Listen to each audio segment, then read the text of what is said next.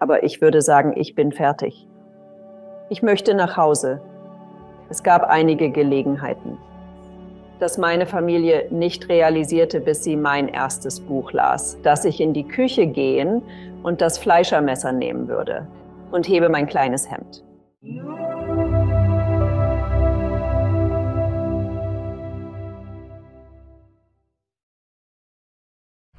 Ich möchte Margot McKinnon in der Sendung willkommen heißen.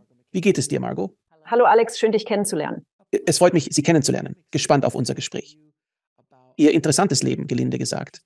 Einige Nahtoderfahrungen, spirituelle Erweckungen, einige erstaunliche Bücher, die Sie geschrieben haben und Dinge, die hoffentlich unserem Publikum helfen werden. Also meine erste Frage an Sie ist, wie war Ihr Leben, bevor Sie diese Nahtoderfahrungen gemacht haben? Das anscheinend schon für sich genommen ziemlich interessant war.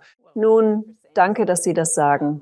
Meine Nahtoderfahrungen machte ich mit 18 und ungefähr mit 18 erlebte ich erstmals Nahtoderfahrungen, später mit 37 und 38, zweimal. Rückblickend war in meinem Leben stets eine tiefe Stimme präsent. Bereits als Kind sah ich Geister und hörte Stimmen. Erst im Alter erkannte ich, dass sie mir künftige Ereignisse offenbarten, mir Vorahnungen gaben und mir gleichsam eine Vision, eine Bewegung zeigten.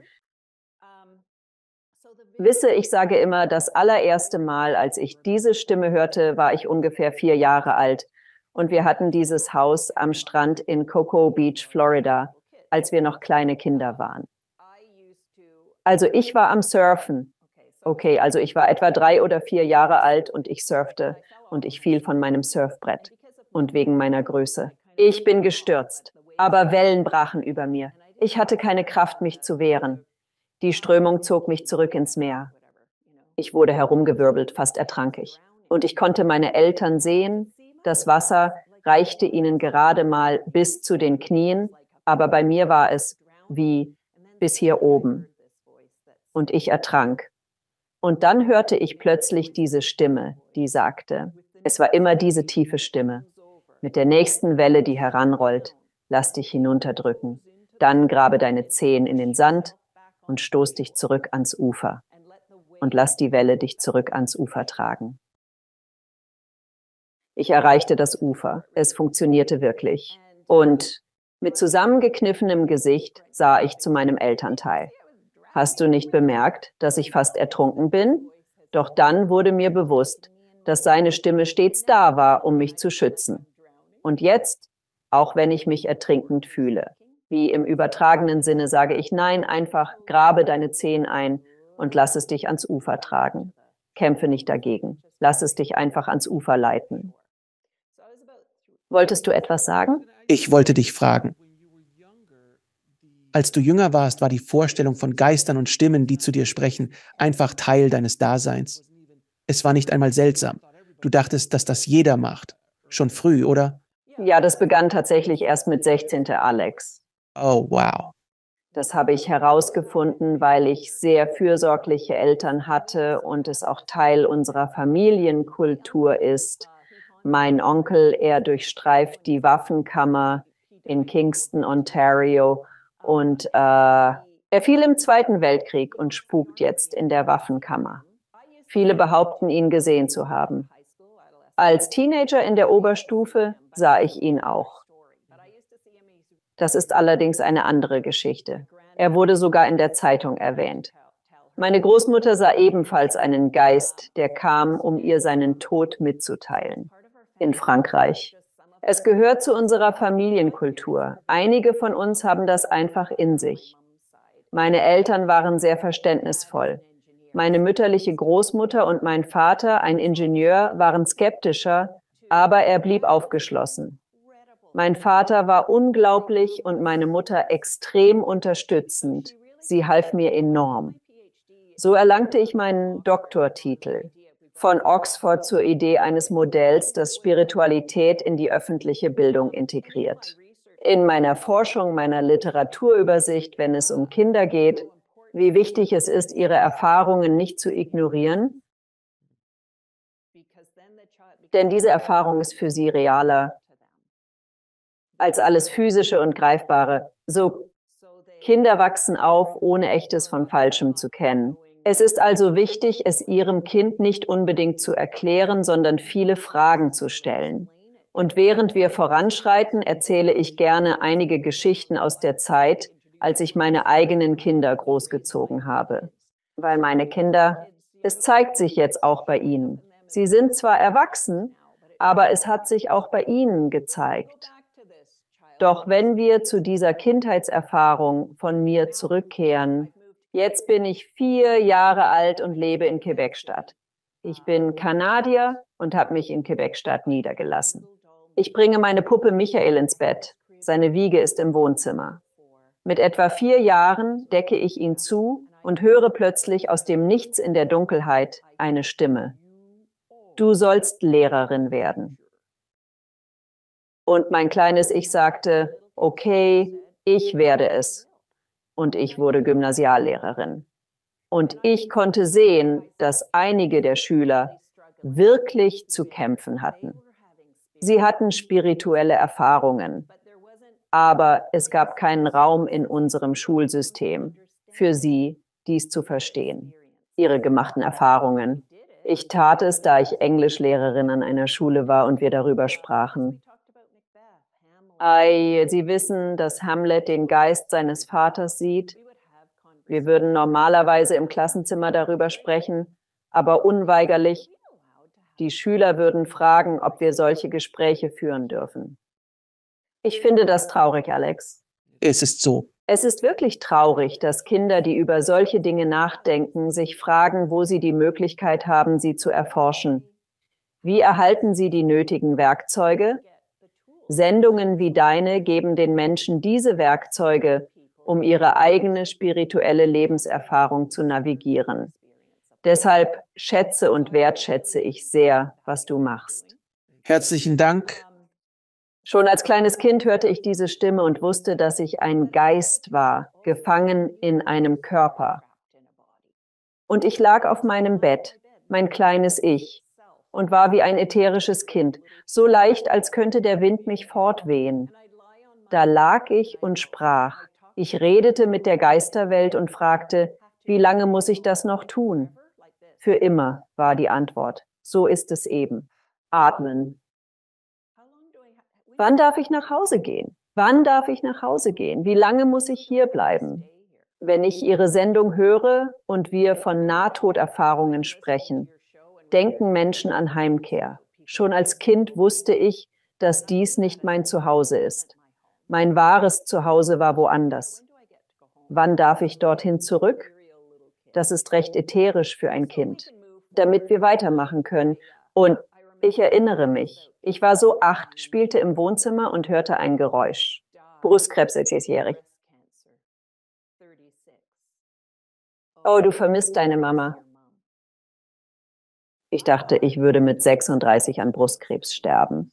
Ich habe erst nach meinem 36. Geburtstag für die Rente gespart, Alex, aber egal. Hätte es tun sollen. Was bringt's? Hat es denn überhaupt einen Sinn, oder? Ja, das dachte ich. Ja, ich dachte, ich bräuchte so etwas nicht, oder? Doch ich lag falsch, auch jetzt. Also kam mein Vater rein und fragte, warum weinst du? Ich antwortete, ich werde mit 36 an Brustkrebs sterben. Eine Stimme sagte es mir und meine Eltern hörten meinen Visionen zu, wie ich erwähnte. Und half wirklich, wie meine Mutter es tat, weil ich nachts Geister sah und so weiter. Und ich würde aufwachen und sie würden mich ansehen und so. Und deshalb würde sie sagen, schauen Sie hinter deine Vorhänge, unter das Bett, in den Schrank.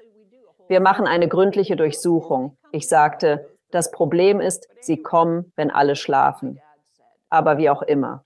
Mein Vater meinte, mit 36 bist du zu jung, um ans Sterben zu denken. Aber es blieb immer in mir, richtig, dass ich das gehört hatte. Und wie es sich herausstellte, starb meine Mutter an Brustkrebs, als ich 36 war. Also in deiner Nahtoderfahrung, wenn Leute ihre Geschichten erzählen, sprechen sie oft von einem Lebensplan. Und dass wir mit einer Art Bauplan geboren wurden. Und ich denke, bei meiner Mutter, weil sie Brustkrebs bekam, war das einfach ihr Schicksal? War es vorherbestimmt, dass sie mit 66 stirbt und ich 36 war? Haben wir also einen Tag, der eben dieser ist? Ich denke, wir haben Tage, die wir überwinden können. Unsere Umstände sind änderbar.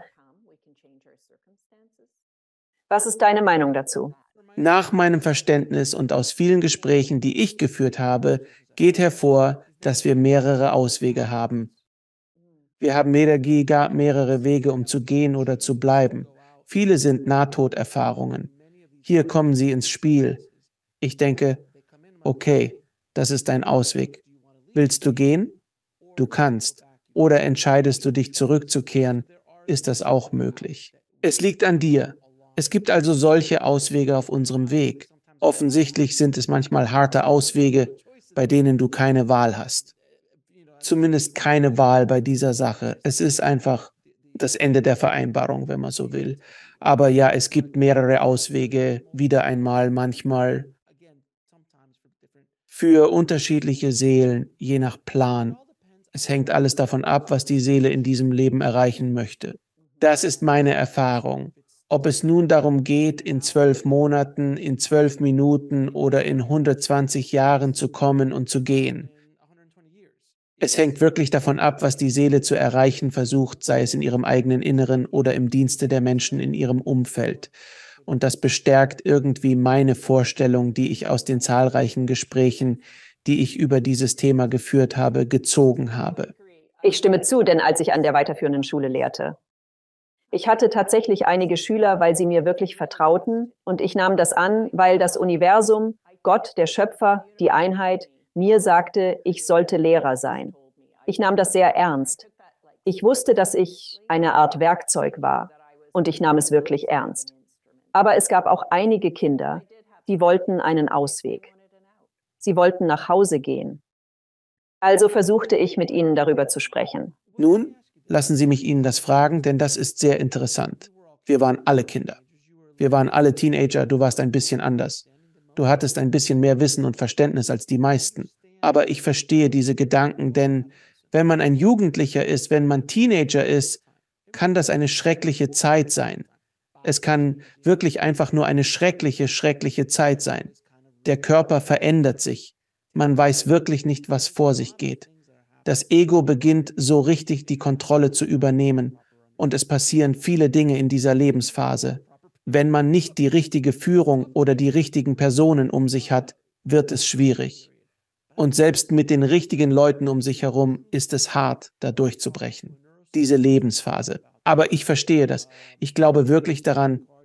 Und ich habe neulich erst mit einem Neurowissenschaftler darüber gesprochen, in der Sendung darüber, wie unser Gehirn funktioniert, wenn Glaube darin ist. Kein religiöser Glaube. Es kann religiöser Glaube sein oder spiritueller Glaube, irgendein Glaube. Glaube an etwas Größeres als man selbst. Diese Seelen scheinen es leichter zu haben, weil sie etwas falsch machen. Sie spüren, dass etwas Größeres als sie selbst existiert. Wer glaubt, alles zu sein, wählt einen schwierigen Pfad. Es ist ein komplexes Spiel, sich als den Einzigen zu sehen. Denkt man, alles sei kontrollierbar und alles ereigne sich nur durch eigenes Pech oder andere Ursachen, wird es sehr herausfordernd. Doch öffnet man sein Bewusstsein für ein Höheres, wird der Weg einfacher. Ich meine also, dass Kinder und Jugendliche mit einem spirituellen Weg, ob religiös oder spirituell, sie haben es einfacher. Ich besuchte eine katholische Schule, die natürlich auch ihre Kämpfe hatte, aber das Bewusstsein, dass es ein größeres Ganzes gibt, ist sehr hilfreich. Wie siehst du das? Ich gebe dir eine neue Idee, die du deiner Sammlung von Ideen für deinen Podcast hinzufügen kannst. Ich habe dir das erzählt. Eine Stimme kam zu mir und sagte, ich solle Lehrer werden. Okay. Ich sah auch Geister. Ich hörte Stimmen. Okay. Ich fragte mich, wie lange ich hier bleiben muss, und verspürte eine Sehnsucht, nach Hause zu gehen. Aus einem wirklich schönen Zuhause. Wie kann das erklärt werden, nicht wahr? Sie würden unten sitzen und fernsehen. Ich kam oft hoch, um meine kleine Puppe Michel ins Bett zu bringen, ein sehr liebevolles Fürsorgekind. Aber ich würde sagen, ich bin fertig. Ich möchte nach Hause. Es gab einige Gelegenheiten.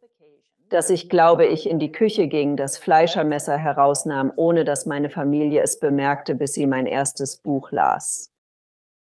Und mein kleines Hemd hochzog, direkt hier starten und gleich rein, wie aus dem Nichts. Kein Zwang liegt vor. Meine Familie ist frei von Missbrauch oder Ähnlichem.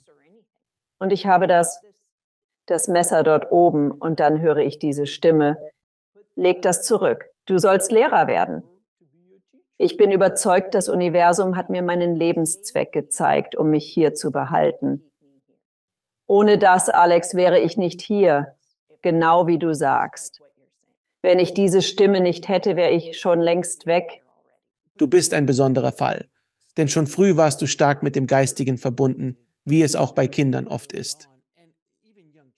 Je länger du in der Simulation verbringst oder im Spiel, um es so zu nennen, desto mehr verlierst du die Verbindung zur Quelle. Und dann ist es unsere Aufgabe, alles zu vergessen, was uns anprogrammiert wurde, um den Weg zurück zur Quelle zu finden. Das ist in vielerlei Hinsicht der Sinn des Lebens, zur Quelle zurückzukehren. Aber du warst einfach wie? Was ist der Sinn von all dem? Du konntest nur einen Schritt weit in alle Richtungen sehen. Das große Ganze blieb dir verborgen, denn du warst erst 4, um Himmels Willen. Ich war 4 Mal sein. Okay, wenn ich 16 bin, springen wir zu meinem 16. Lebensjahr. Ich sitze im Englischunterricht. Die Lehrerin sagt, wir studieren ein Buch über historische Fiktion. Früher glaubten Menschen an Geister und Götter, weil sie ungebildet waren. Deshalb der Glaube, richtig? Ich war nicht der Typ, der oft im Unterricht sprach. Ich habe mir vieles selbst beigebracht. Wahrscheinlich hätte ich als Schüler während Covid gut abgeschnitten und mein Zeug online erledigt. Aber egal. Und hob meine Hand und fragte, was meinst du damit? Dass sie wirklich Geister sahen?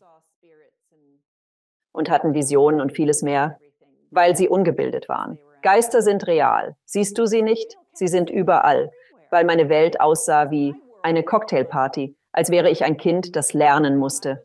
Ist das eine echte Person? Ist das ein Geist? Ich sprach laut mit ihnen. Meine ältere Schwester, wir teilten uns ein Bett, als ich noch ein schwächliches Kind war. Und sie sagte, du hast mir so viel Angst gemacht, weil du sagtest, wie sollen wir denn schlafen bei all den Leuten in unserem Zimmer? Sie sagte, ich erinnere mich, wie sie unter die Decke tauchte. Und ich kroch auch darunter, ohne zu wissen warum, aber oh, da war irgendwas im Gange. Aber das war meine Realität. Nicht wahr? Viele Menschen haben diese Realität. Aber in dem Moment, als sie das sagte, lehnte ich mich in meinem Stuhl zurück und sagte, eines Tages werde ich an eine sehr angesehene Universität gehen und zeigen, dass Menschen, die diese sind, hochintelligent. Und so ging ich zur Universität Oxford und promovierte dort. Also ich hatte ein Leben, denke ich, einen Fahrplan, von dem wir sprachen, der mir sagt, dass ich weitermachen muss. Berechtigung in diesem Bereich. Genau, und deshalb mag ich dich wirklich. Du bringst wirklich legitime Leute in deine Sendung. Und wirklich seriös, genau. Sie haben hart gearbeitet, studiert und sprechen gewählt über ihre Erfahrungen. Und also, okay, das ist mit 16, mit 18 bin ich an der Uni, ich erlebe meine erste Nahtoderfahrung, welche für mich, denke ich, weil ich keine Nahtoderfahrung hatte. Und es wurde mein großer Durchbruch in das. Es war nur eine von vielen meiner Kapitel, ja. Also ich war krank mit Streptokokkenangina und anscheinend bekam ich pfeifersches Drüsenfieber, weil ich viele küsste. Wie auch immer. Dann ging ich zur Uni. Also ich bekam eine Halsentzündung mit hohem Fieber und sie brachten mich in ein Krankenzimmer, das als Krankenstation im Untergeschoss meines Wohnheims diente. Eine angehende Krankenschwester sollte sich um mich kümmern. Sie kam zu mir und meinte, hey Margot, hör zu. Ich hatte heute Abend ein Date mit einem Typen, mit dem ich schon ewig ausgehen wollte. Er hat mich gefragt und jetzt muss ich hier bleiben, um auf dich aufzupassen. Ich sagte also, tut mir leid deswegen. Geh einfach zu deinem Date. Mach dir keine Sorgen um mich. Ich bin ja hier. Ich kann nicht mal aus dem Bett aufstehen, so krank bin ich. Und sie sagte, du hast ja ein Telefon hier. Ich rufe dich gegen 09:00 Uhr an, okay? Wohin sie auch geht, ich habe einen Traum. Ich gehe also raus. Ich mache mich auf den Weg zu dieser wunderschönen, orangenfreien Ja, Freiheit. Ich liebe es. Typisch. Dann dachte ich, oh, ich muss mich von meinem Mitbewohner verabschieden. Also ich bin im Keller. Ich komme hoch, bin an der Decke, ich steige die Treppe hoch und sehe all die Mädchen aufgereiht in Ballkleidern, sie warten auf ein Taxi.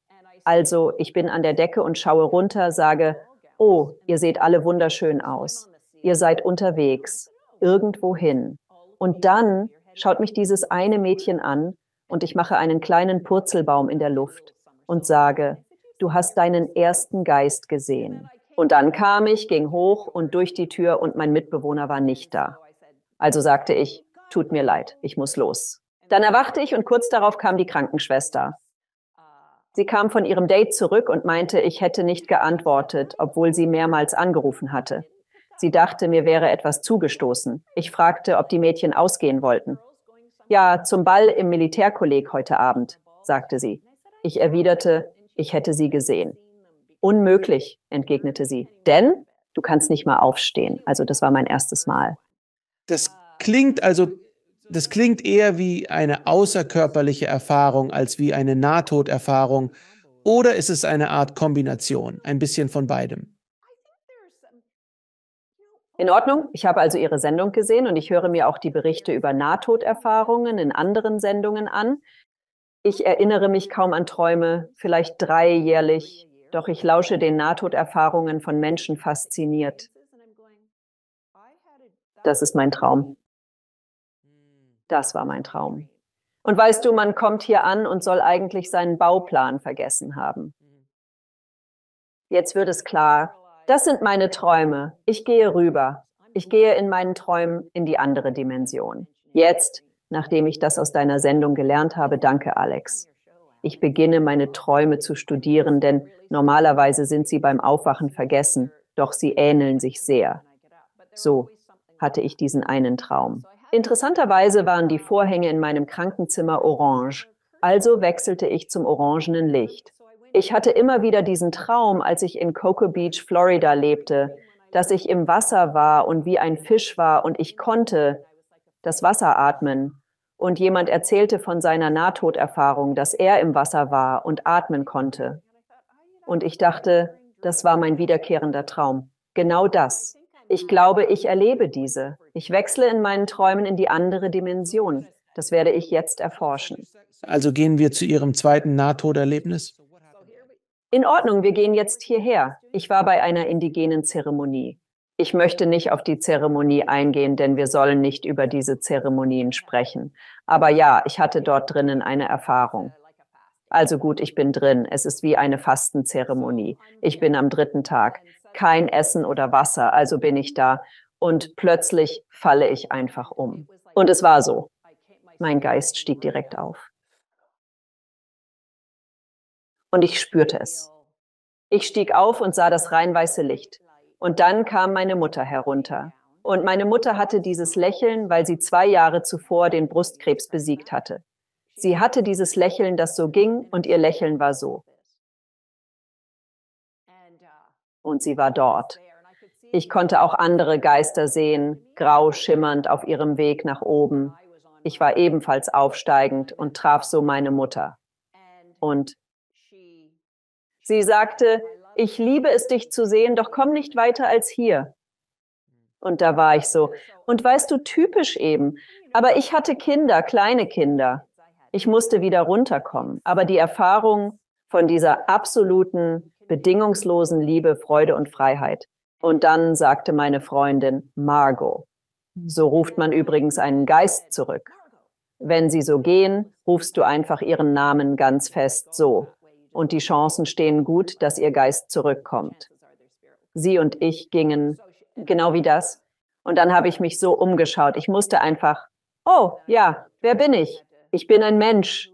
Ich musste einfach meinen Geist wieder beruhigen. Ich bin ein Mensch. Was meins ist, ist meins. Und dann höre ich diese Stimme kommen. Du bist Margot. Du bist die Lehrerin. Also war mein Lebenszweck immer mein Anker, der mich hier hält. Also hatte ich den. Und dann entschied ich nach diesem, okay, denn man hört von Menschen mit Nahtoderfahrungen und sie nehmen das, was sie gelernt haben, als ihre Art Mission für die Zukunft an.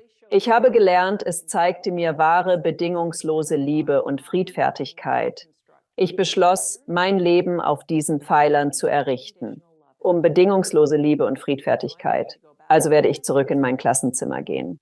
Und dies wird ein Raum sein, wo junge Heranwachsende in absoluter, bedingungsloser Liebe und Frieden lernen können. Und ich bekam früher echt harte Fälle in meine Klasse, weil ich gut mit ihnen umgehen konnte. Die kamen wirklich aus schwierigen Verhältnissen, weißt du. Also wussten sie nicht wirklich, wie man sich benimmt, aber sie wurden in meine Klasse gesteckt, weil sogar meine Schule wusste von all meinen Erfahrungen. Oh ja, du kannst mich keine 5 Minuten kennen, Alex. Du kennst mich nicht. Als ich mein erstes Buch schrieb, war es dieses. Mein Vater warnte, ich dürfe meine Erfahrungen nicht teilen, um keinen akademischen oder beruflichen Selbstmord zu begehen. Doch niemand kann mich 5 Minuten kennen, ohne es zu erfahren. So wusste es bald die ganze Schule. Und sie wussten es. Da ich im Klassenzimmer helfen konnte, bekam ich diese Kinder. Es war fast so, als ob ich sie sehr lieb hätte. Und ich sagte, es ist mir egal, was ihr getan habt. Was ich wissen möchte, ist euer Gelerntes. Erzählt mir, was ihr gelernt habt. So erlebten sie es. Jetzt sehe ich, es ist wirklich schön. Lebensrückblick. Was habt ihr gelernt? Ob gut oder schlecht, ist doch egal, oder? Wichtig sind die Lektionen. Ihr sagt, die Oberschule kann für Jugendliche hart sein. Nach meiner Nahtoderfahrung wollte ich einen Raum schaffen, wo sie zu den Menschen werden können, die sie sein möchten. Unabhängig von ihrer Herkunft. Also wir spulen jetzt 2 Jahre vor. Ich besuche meinen Masterstudiengang, weil meine Schulbehörde wollte, dass ich Schulleiter werde. Also machte ich meinen Master. Ich belegte einen Kurs nur für mich und der hieß Philosophie des Geistes. Es hatte nichts mit Spiritualität zu tun. Für meine Masterarbeit beschäftigte ich mich mit beruflicher Weiterentwicklung und Organisationskultur. Klingt das nicht nach einer schönen, meisterhaften Sache? Ja, das tut es. Das tat ich also. Ich belegte einen Kurs und die Hausaufgabe war, wie sind Körper, Geist und Seele verbunden? Nun, ich tat wie immer, Alex. Ich ging heim. Ich folge einem System. Alles muss sauber und ordentlich sein. Alles muss glänzen, damit ich Visionen bekomme. Dann setzte ich mich auf die Couch und dachte, okay, jetzt bin ich bereit. Du kommst herein, der Führer sagt, du sollst Lehrer sein. Fass deine Zehen. Lass die Welle laufen, ich fragte. Und das riesig. Bisher kannte ich nur die Stimme, doch diesmal sah ich sie. Da stand diese gewaltige Gestalt in meinem Wohnzimmer. Aufgeregt fragte ich. Vor Aufregung sprudelnd fragte ich. Ich habe alles aufgeschrieben. Es hieß, wir hätten nicht 3, sondern 5 Selbstdimensionen. Hier ist mein zweites Buch. Du hast 5 Selbstdimensionen. Es begann eigentlich mit der Einheit aber ich fange hier nochmal an, der Klarheit wegen. Und dann erkläre ich nachher, wie das funktioniert. Wir haben einen Körper. Aber dein Körper ist dein Körper. Aber er ist auch deine materielle Umgebung. Alles Materielle, physisch-materielle. Du hast einen Verstand. Das ist dein logisches, rationales Ich. Es ist das System, das deine Steuern macht. Es hilft dir, ein Haus zu kaufen. Hypothek tilgen. Dann hast du ein geistiges Ich. Das ist dein Selbst, aus absoluter, bedingungsloser Liebe entstanden. Kam, um eine Erderfahrung zu machen, kehrt zurück in bedingungslose Liebe. Es ist ewig. Ich war überrascht, denn ich habe immer gehört, dass Leute Geist und Seele als dasselbe bezeichnen. Lies Gedanken. Ja, und es sagte nein. Ich sagte Seele. Ich sprach mit dieser Gestalt, ja? Denn ich kann jede Frage stellen. Ich muss keine Nahtoderfahrung machen, um diese Stimme zu erreichen. Und ich sagte, nun, ich dachte immer, Geist und Seele wären dasselbe. Und es sagte, nein, deine Seele ist deine Bestimmung. Es ist dein Grund, hierher zu kommen. Das ist deine Verbindung, dein ewiges Selbst. Es ist das Wesen, das in der Luft einen Salto schlug und sagte, du hast deinen ersten Geist gesehen. Aber deine Seele ist dein Zweck. Sie ist du sollst ein Lehrer sein. Sie ist der Anker dafür, warum du hier sein möchtest. Und ich vermute, Alex, weil du deinen Podcast Next Level Soul genannt hast, dass du diese Seite an dir wirklich erforschst. So als würde sich das in großen Sprüngen öffnen und du tauchst in deine Seelenbestimmung ein und entfaltest sie. Okay, Einheit ist Verbindung und Zugehörigkeit, doch es ist das weiße Licht von der anderen Seite, Gott, Schöpfer, Universum. Es ist ein Teil von uns, also existieren 5 Dimensionen. Wir werden dominant geboren, die anderen entwickeln wir über Zeit. Das hat es mir gesagt. Körper dominant. Sie lieben das, körperliche Erlebnis. Sie lieben Haare, Make-up, Nägel, Mode, Sportarten, besonders solche wie Rugby und andere körperbetonte Sportarten, bei denen man schwitzen muss und so weiter. Fußball, Hockey, körperbetont. Liebe Essen, Tische decken. Ich bin kein körperbetonter Mensch. Ich könnte sagen, ich bin körperlich geschickt. Und ich erreichte gerade ein kompetentes Niveau. Früher war es schlimmer. Also bevor ich dieses Buch schrieb, ich war nicht gut in der körperlichen Dimension, weil ich so ätherisch war, geistig dominant, liebe die logischen, rationalen Systeme. Und ich sage, unsere Schulsysteme sind zu geistig dominant. Sie werten geistig dominante Fähigkeiten auf. Die geistig dominanten Kinder kommen an die Spitze und gehen zur Universität. Dann bekommen sie die Jobs und jetzt leiten sie alles. Und ich würde gerne sehen, dass unsere Schulsysteme diese mit einbeziehen, weil wir geistig dominante Schüler haben. Und ich würde sagen, ich bin geistig dominant, aber jetzt fast gleichwertig. Geistig und seelisch dominant. Aber als geistig dominante Person schätze ich bedingungslose Liebe und Friedfertigkeit, vor allem anderen Dingen. Mein Geist schaut auf die Welt.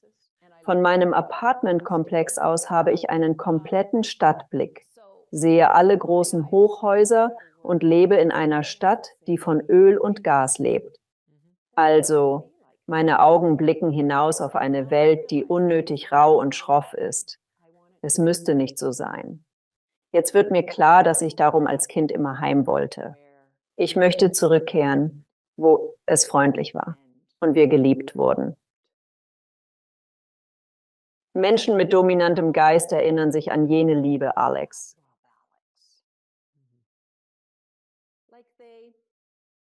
Sie erinnern sich und sehnen sich danach, vermissen es. Kann man dieses Sehnen oder Überwiegen des Geistigen auch später im Leben erlangen? Ich glaube, das ist möglich. Ich denke deshalb, wenn Menschen diese Öffnungserlebnisse haben, kann es beginnen, denn wir alle besitzen alle 5. Als ich Kinder bekam, habe ich das meiner Klasse gezeigt. Als ich darauf kam und ich sagte, hey Leute, ratet mal, das habe ich gerade erfunden. Ich zeichnete es an die Tafel, zeigte es ihnen. Es waren Kinder, die nach Schulschluss blieben. Sie sagten, du sprichst von mir, als hättest du alles gelesen, was in meinem Kopf ist. Sie wollen jetzt nach Hause gehen. Sie sind einsam. Ich war eine vom Geist beherrschte Person. Ich sage wahr, denn dieses Buch hat geholfen. Das ganze Modell hat mir geholfen. Also mein erstes Buch hieß Die Erhabenheit des Menschseins. Und ich habe das geschrieben, weil, als ich das erfunden habe, als mir das in meinem Masterstudium als diese Figur erschien, kam mein Führer und offenbarte es mir. Ich fühlte mich einsam, wollte heim.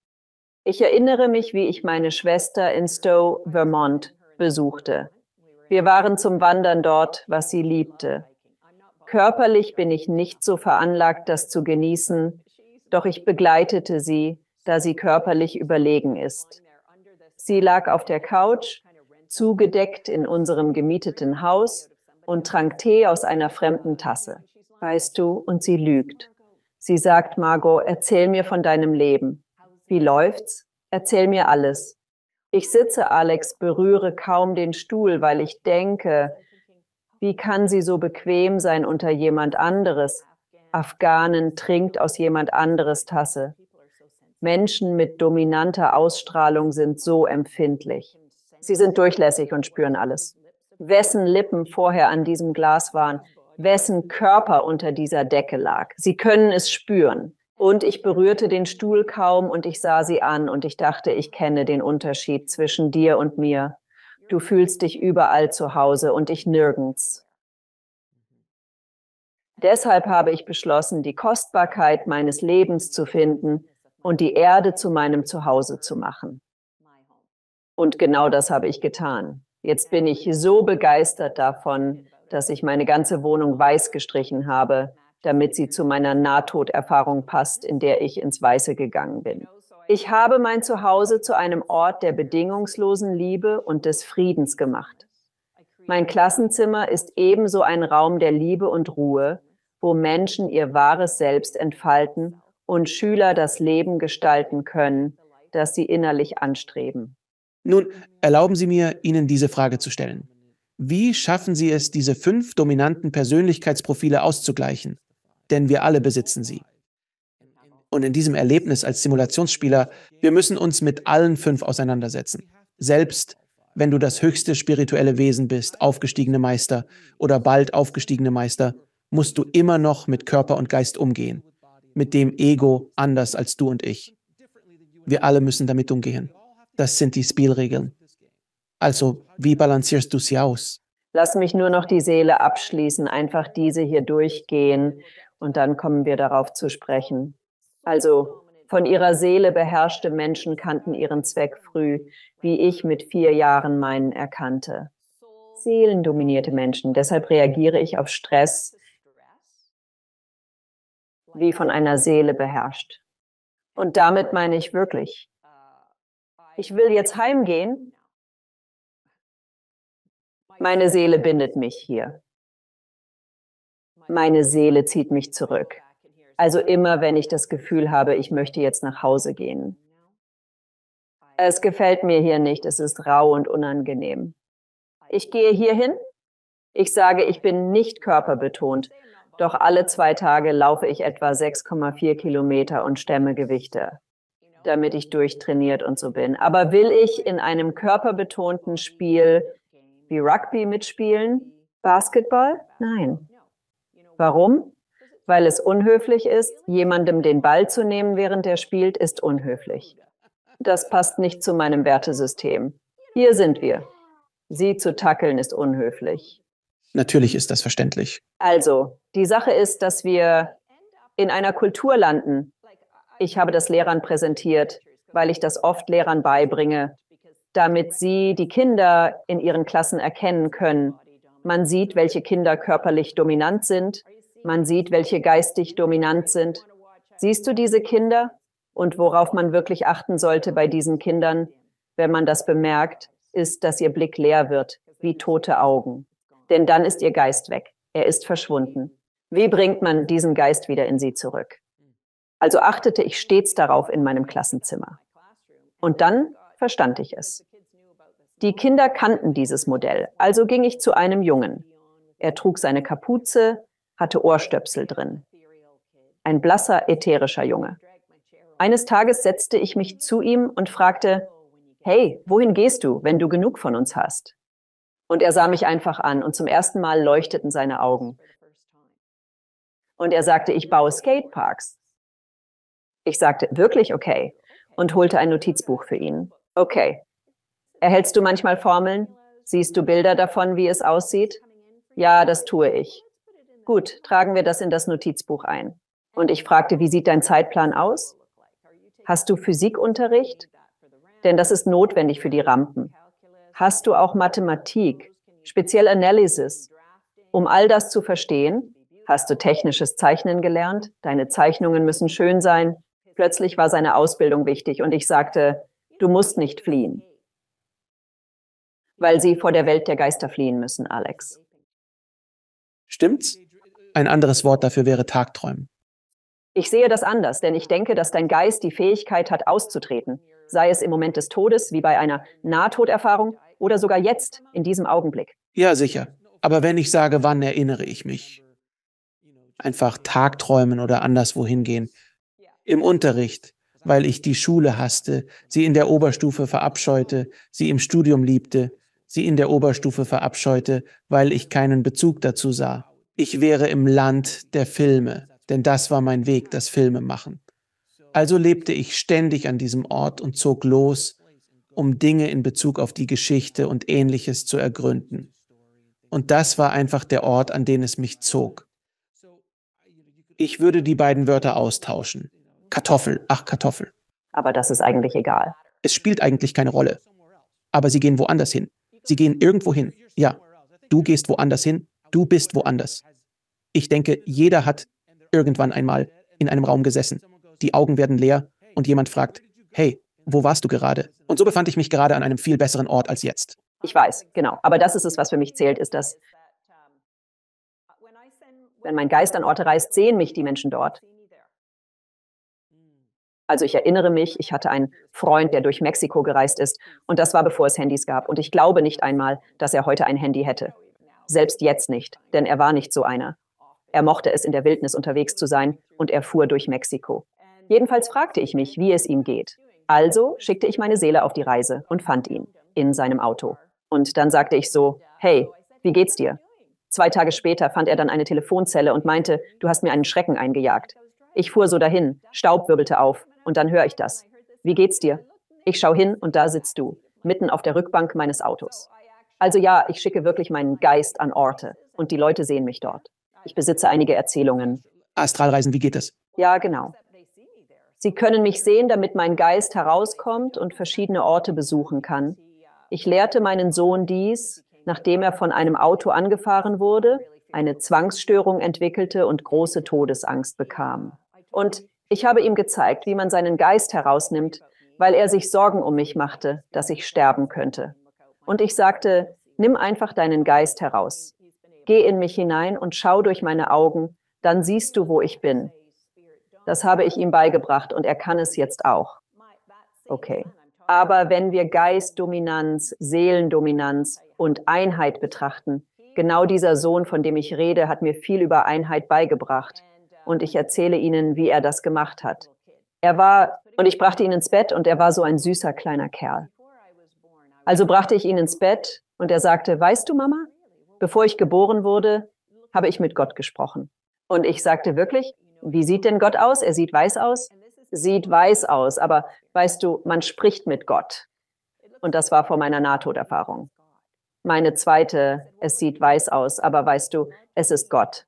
Und ich sagte, was hat Gott dir gesagt? Ich muss herabkommen und Mensch sein, sagte er. Ich sagte, wirklich? Und was hast du gesagt? Und er meinte, ich habe ihm gesagt, dass ich nicht kommen wollte. Ja, warum denn nicht? Nun, weil es ist dort so schön, Mama, und hier ist es nicht schön. Es ist hier hässlich. Ich fragte, hast du das Gott erzählt? Er, ja. Dann bat ich, zeig mir ein Bild von meiner Mama, ich will sie sehen. Er sagte nur, zeig mir meine Mama. Er machte ein Foto von dir. Es wirkte, als käme es direkt aus einem Fotoalbum. Dann zeigte er es mir. Und ich dachte bei mir, ich möchte nicht ihr Sohn sein, denn sie sieht wirklich gemein aus. Ich behalte alle Gefühle für mich und bin sehr traurig, das sagte ich. Ihm wirklich? Nun, was hat Gott dazu gesagt? Er sagte, ich müsste kommen. Und so gelangte ich in deinen Körper. Als ich zur Welt kam, sah ich dein Gesicht und dachte, oh, du bist so schön. Ich bin froh, dass du meine Mama bist. Doch er kam tot zur Welt, da er mit den Füßen voran und die Nabelschnur um den Hals kam. Sie holten ihn sofort raus. Dann hörte ich, komm schon, Baby, atme. Sie brachten ihn zurück. Ich glaube, dieses Gespräch fand statt. Wenn es darum geht, sich für das Kommen zu entscheiden, war er gehorsam. Geist. Er kam, weil Gott es wollte. Wollte er kommen? Nein. Wollte er all die Härten, die Gemeinheiten hier unten ertragen? Nein, aber er kam, weil Gott es ihm aufgetragen hat. Weißt du, was interessant ist? Wir haben uns unterhalten, bevor die Sendung begann, über, du sagst, du willst eine erstklassige Lebensroutine. Als du das erwähntest, dachte ich sofort, was bedeutet eigentlich erstklassige Lebensbilanz? Ist es, alles perfekt zu machen, ein perfektes Leben zu führen, jede Aufgabe perfekt zu erledigen? Ist das erstklassig? Ich sehe das eher als Scheitern, im Gegensatz zu einem Leben voller Kämpfe, dem Überwinden von Hindernissen und Herausforderungen und dem Durchhalten bis zum Ende. Das ist für mich erstklassig. Viele Leute, die zuhören, könnten dieselben Gefühle wie du haben, nach dem Motto, ich will eine tolle Lebensbilanz. Ja, ich will wirklich eine großartige. Wenn ich rübergehe, Alex, weil ich mein Leben lang diese Stimme gehört habe, die spricht. Wenn ich hinübergehe und meine Lebensgeschichte Revue passieren lasse. Ich hoffe wirklich, dass ich höre. Danke, Margot. Das hast du getan. Es bringt mich tatsächlich zum Weinen. Danke, Margot. Du hast alles getan, was ich gebeten habe. Oder alles, was du dir vorgenommen hast.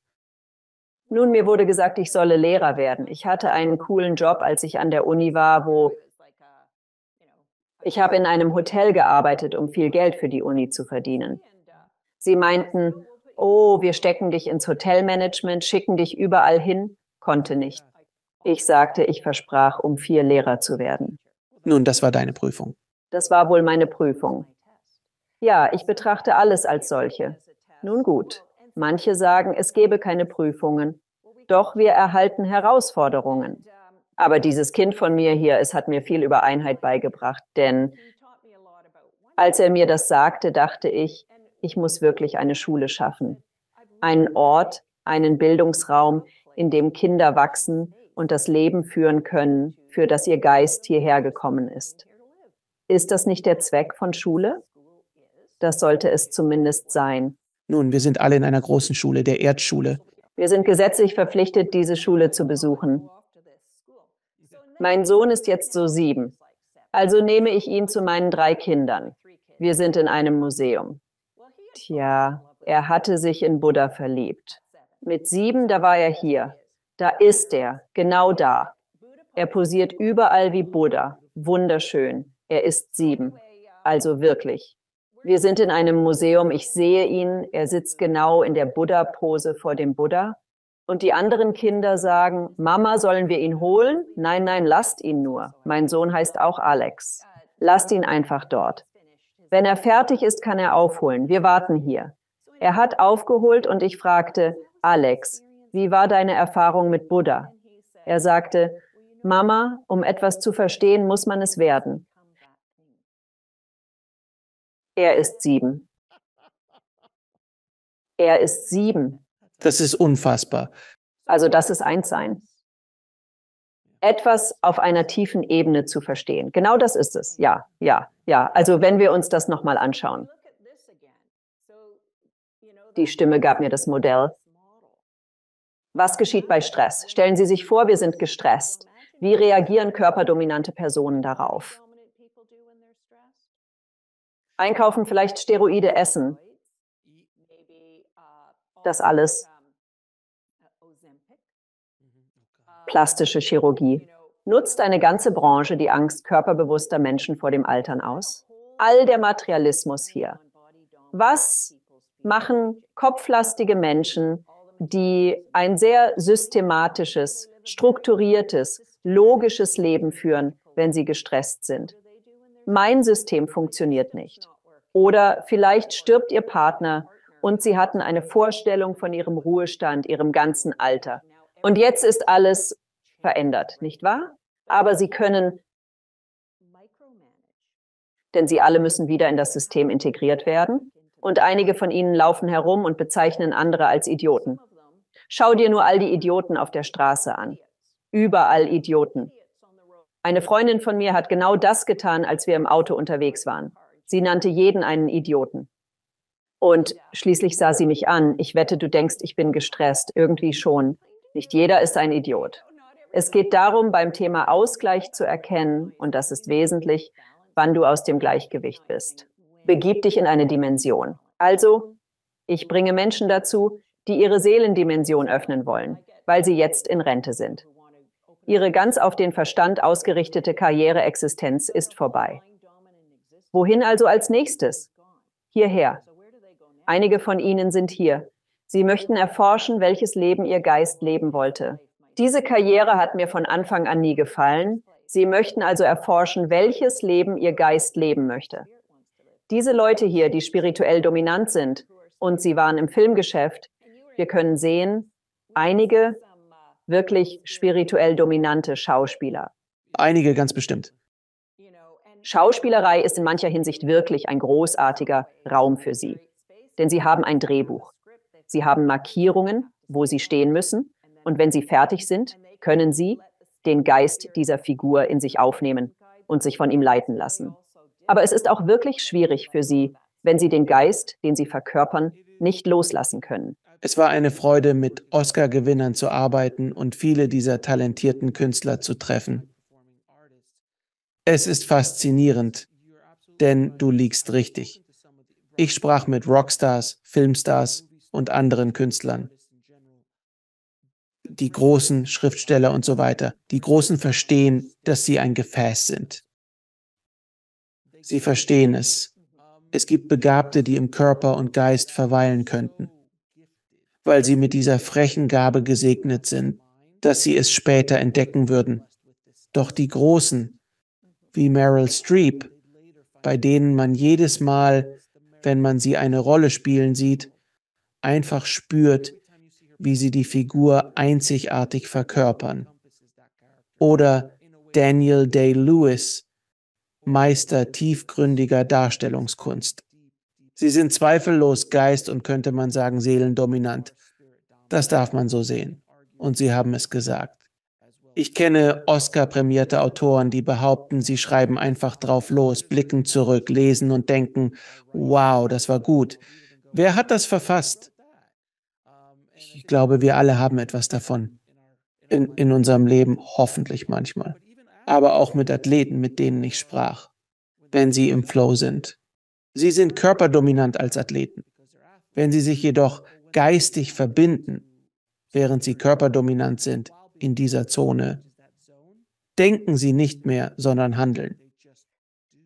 Es ist auch eine Art von Einheit, weil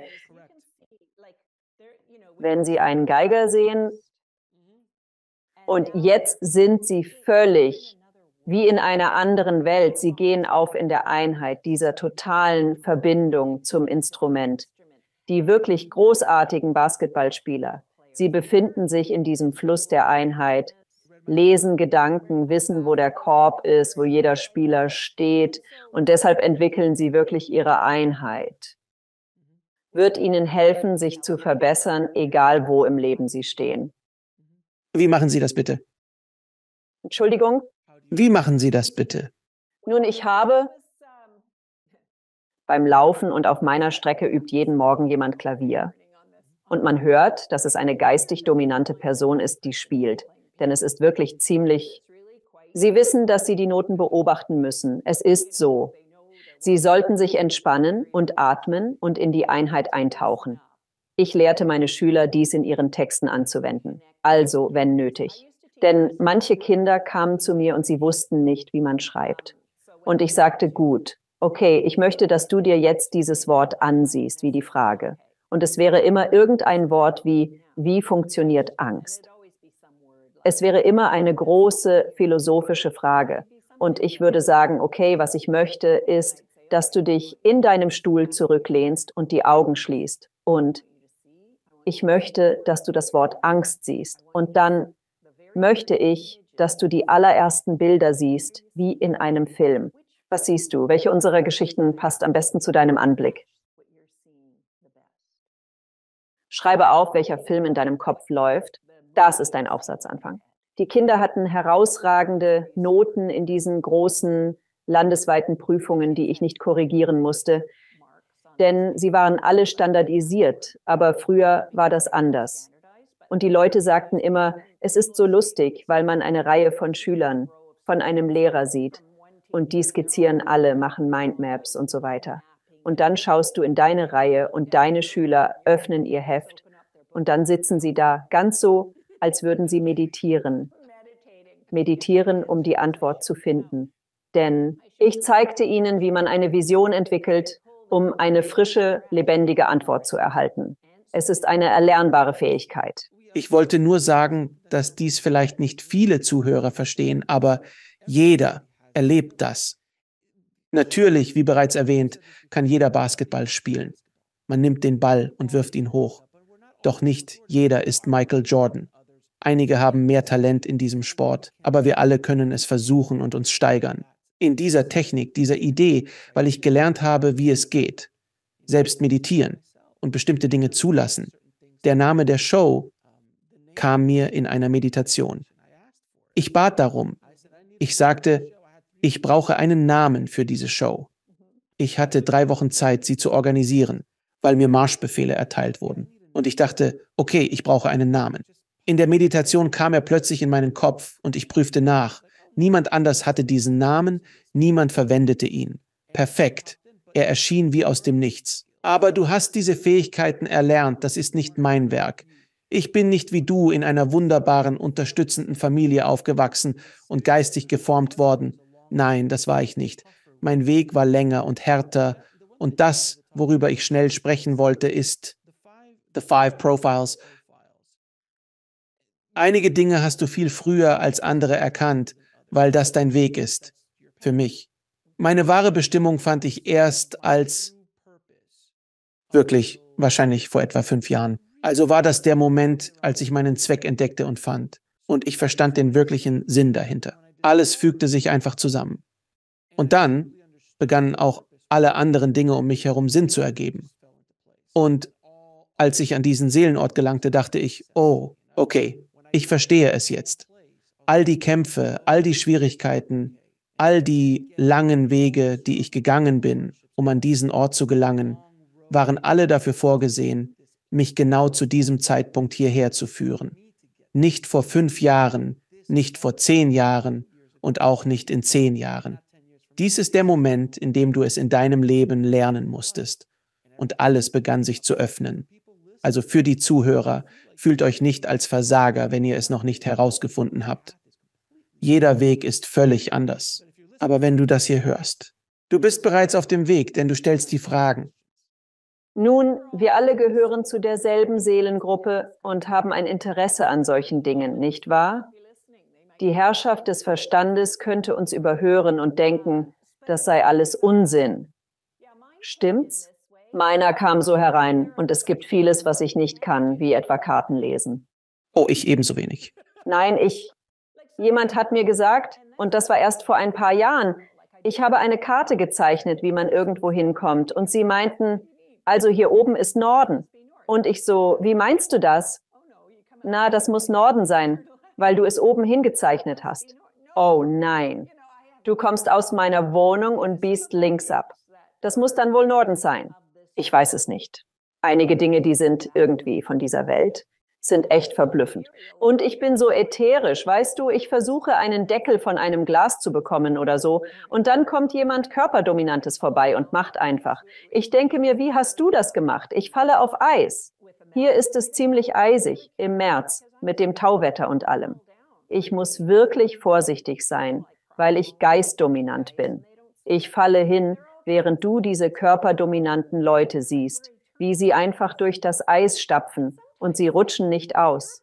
Aber wir sind so vieles. Wir sind hier, als wären wir unsterbliche Wesen. Manchmal, wenn du körperdominant bist, ist es leicht. Ich sollte nicht sagen, es ist leicht, aber es ist definitiv unterhaltsam. Für so viele Male. Wenn ich hier war und wieder nach Hause wollte. Als ich entschied, die Erde zu meinem Heim zu machen, öffnete ich meine körperliche Dimension. Nun, ich richte nun Partys aus. Letzte Woche gab es eine. Ich liebe Partys sehr.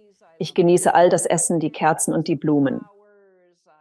Weil die Körperbeherrschung mir gesagt hat, so nach dem Motto, nein, Markel, du verpasst den eigentlichen Sinn deines Lebens, wenn du nicht die ganze greifbare Seite der Dinge genießt. Also schalte ich es ein und aus. Ich laufe, trainiere, lasse die Haare schneiden und dann meinen Verstand, den schalte ich um. Es ist Steuerzeit, nicht wahr? Wir müssen sie bis zum 1. Mai einreichen. Das heißt, ich muss meinen Verstand einschalten und alle Steuerunterlagen zusammenstellen. Also schalte ich es ein, aber möchte ich wirklich kopflastig arbeiten? Karriere? Nein, ich will einfach nicht. Ich bin zu sehr Geist und Seele. Ich muss bei Dingen arbeiten, die meinem einzigen Zweck entsprechen, nämlich Menschen zu lehren über dies. und ihnen zu helfen, bedingungslose Liebe und Frieden zu schaffen, damit sie das Leben führen können, für das ihr Geist hierher gekommen ist. Das ist mein ganzer Lebenszweck. Und ganz persönlich ergibt das so viel Sinn, denn ich bin mein Leben lang Künstler gewesen und Künstler neigen im Allgemeinen viel mehr zum Geistigen als zum Körperlichen oder Geistigen, denn Kunst ist kein intellektueller Prozess. Manche versuchen es zwar, aber so funktioniert es nicht. Kunst ist ein völlig, ich denke, sehr spiritueller Prozess. Also selbst als ich mein Leben lang gearbeitet habe, musste immer alles im Künstler sein. Und immer wenn ich versucht habe, davon abzuweichen. Es hat nicht funktioniert, einfach nicht. Wenn ich im künstlerischen Bereich war und überlegte, was ich mache, in vielerlei Hinsicht. Eine weitere Ebene, denn unsere Tätigkeit ist Kunst in Ausführung und Präsentation. Doch sie ist tiefer mit Seele und Einheit verwoben, nicht nur Körper und Geist, obwohl intellektuelle Diskussionen wie unsere hier Teil davon sind. Aber das Intellektuelle ist, denke ich, ein Tor zum Geist, denn es führt dich hinein und du denkst, Moment mal, sie hat einen Doktortitel von Oxford, sie ist nicht allein. Also, was ist das? Es öffnet Türen zum Geist. Das erhoffe ich mit diesen Gesprächen zu erreichen. Nun, als Pädagoge stehe ich im Dialog mit Lehrkräften im gesamten Land. Wie ein Doktortitel eine geschätzte Sache ist, mein Seelenfeld. Genau. Fähig sein. Als ich dieses Buch konzipierte, sprach ich mit Medizinern und Psychiatern. Ich wollte nicht einfach hinaufgehen und sagen, hallo, ich bin Margot McKinnon, Englischlehrerin an einer weiterführenden Schule. So stolz ich darauf auch war, ich wollte sagen können, ich bin Doktor, Margot McKinnon. Ich betrachte wirklich den gesamten wissenschaftlichen Aspekt. Es gibt viele Gehirnuntersuchungen, Neurologen, Scans, genetische Studien, Quantenphysiker, also all das. Es ist direkt vor uns. Und manche Leute fragen mich, ob ich meine Theorie wissenschaftlich bewiesen habe. Margot, kannst du das belegen? Und ich sage, wisst ihr was? Hier ist die Sache. Ich bin nicht hier, um irgendjemanden von irgendetwas zu überzeugen. Ich bin hier, um Menschen zu unterstützen, die spirituelle Erfahrungen machen. Ich bin hier, um Unterstützung zu bieten, damit sie bleiben möchten. Ich habe zu viele erlebt, die heim wollen. Doch dieses Modell wirkt. Ich sage, wisst ihr was? Lasst uns an eurer Einheit, eurem Zugehörigkeitsgefühl arbeiten. Und daran, Teil von etwas Größerem zu sein, gebt nicht zu früh auf. Bleibt. Bleibt bei uns. Als Englischlehrer an der weiterführenden Schule helfe ich euch zu erforschen, um wahre Bedeutung zu finden. Ist das geschafft, geht es darum, eure Stimme und Standpunkt im Leben zu finden. Oh, und eure Noten sind deutlich gestiegen. Licht schimmerte in ihren Augen. Und wir sind ewige Wesen. Wenn euer Leben hier genießt den ganzen physischen, greifbaren Teil, dann tut es. Das ist deine Reise. Ausgezeichnet. Kannst du mich mitnehmen? Darf ich zu deinen Partys? Denn ich liebe sie, nicht wahr? Wenn deine Erfahrung hier darin besteht, viele Kopfsachen zu machen, liebst du sicher die Rätsel. Also, als ich noch unterrichtete, mussten wir zu Abschlussfeiern gehen. Ja, ich hatte also meine schwarze Robe an und die Schüler ihre blauen und ich saß neben meinem Freund, dem Physiklehrer, und ich hatte immer ein Stück Papier und einen Stift unter meiner Robe, falls mir währenddessen eine Idee kam. Jedenfalls saß ich da neben meinem Freund und da zieht er sein Papier unter der Robe hervor, ganz so. Und ich zog gleichzeitig meins heraus und fing an, darauf zu schreiben und dann legten wir es weg. Und dann, als die Kinder alle für irgendwen klatschten, fragte ich ihn, hey, woran hast du gearbeitet? Und er sagte, ich hatte dieses Mathe-Problem. Es hat mich eine Woche lang beschäftigt, dann löste ich es. Typisch für den dominanten Kerl, nicht? Doch auch visionär, denn Mathematik ist es. Oh, sehr sogar. Er fragte, woran ich arbeite. Eine Vision, antwortete ich. Toll, treffen wir uns später, um darüber zu reden. Und mit solchen Leuten habe ich zusammengearbeitet. Sie zog es zu mir hin, weil ich immer den Raum geschaffen habe, damit Menschen ihre spirituellen Erfahrungen offen teilen können. Und du willst etwas Lustiges hören?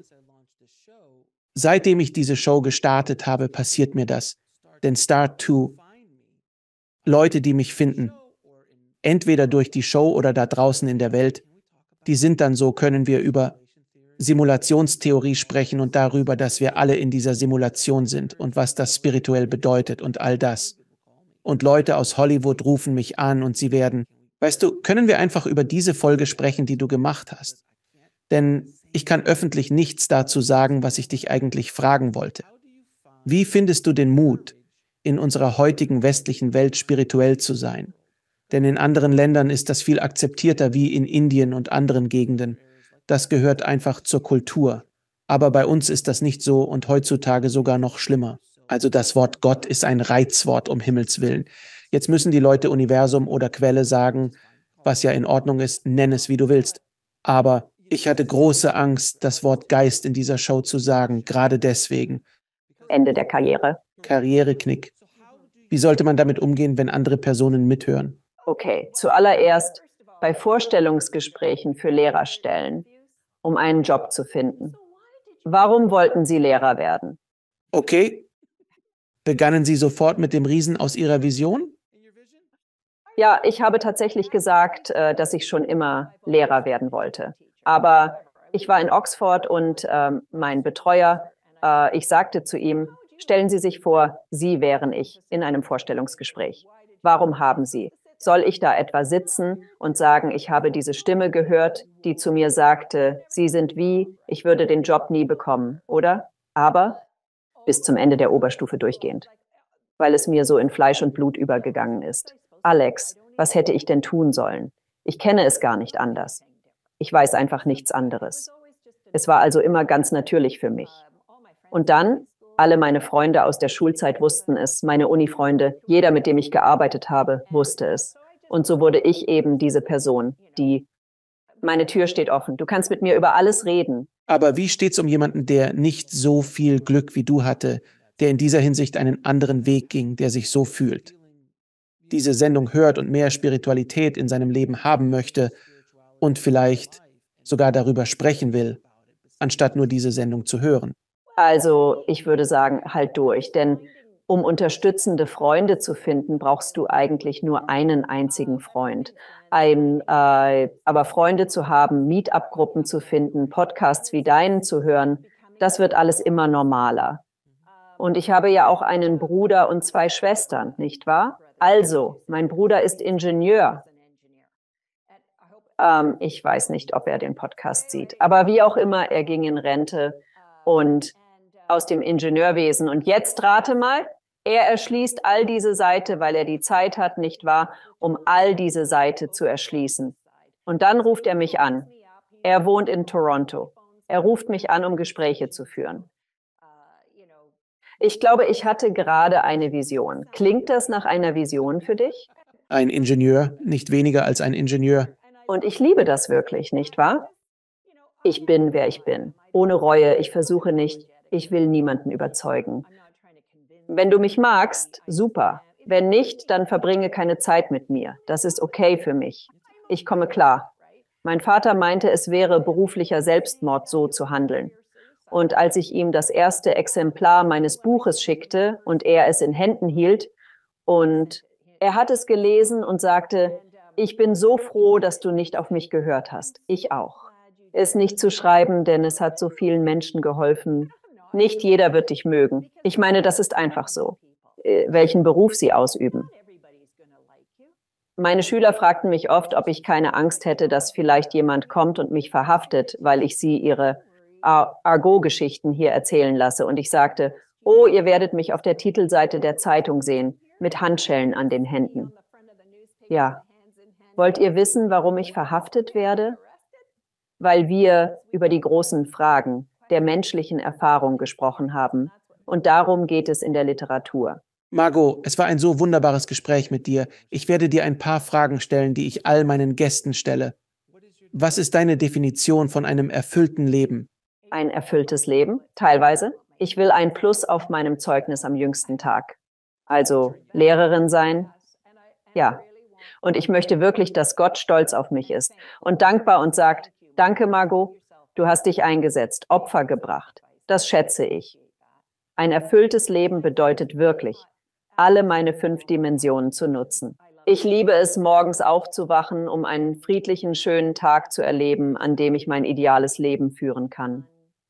Spaß. Freunde, seid gütig. Bedingungslose Liebe.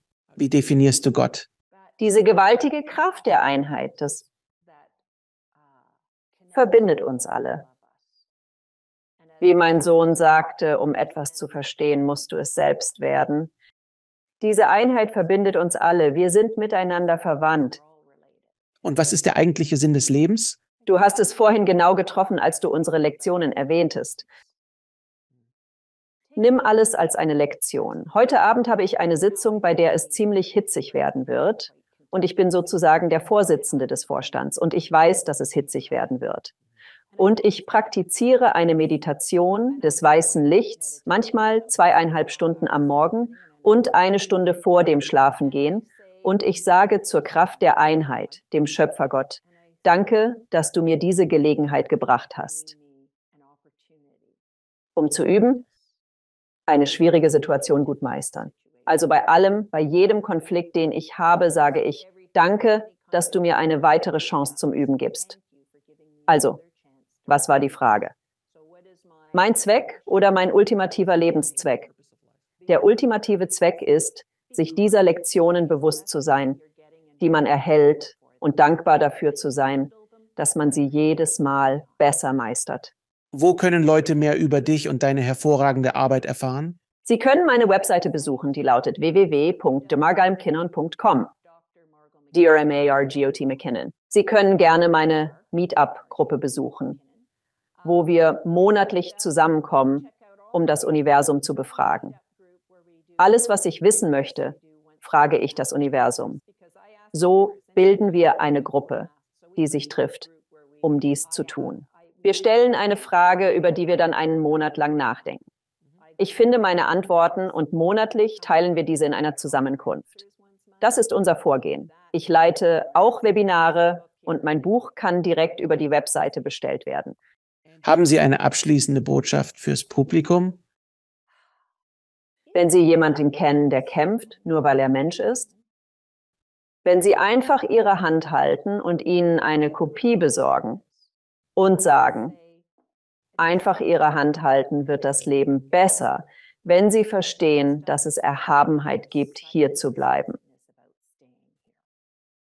Weil ich glaube, ich bin genau hier, um Menschen zu helfen und zu verstehen.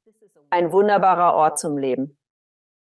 Margot, nochmals vielen Dank für dieses Gespräch und ich hoffe, es hilft wirklich Menschen auf der ganzen Welt, die zuhören. Ich schätze dich sehr, meine Liebe. Danke.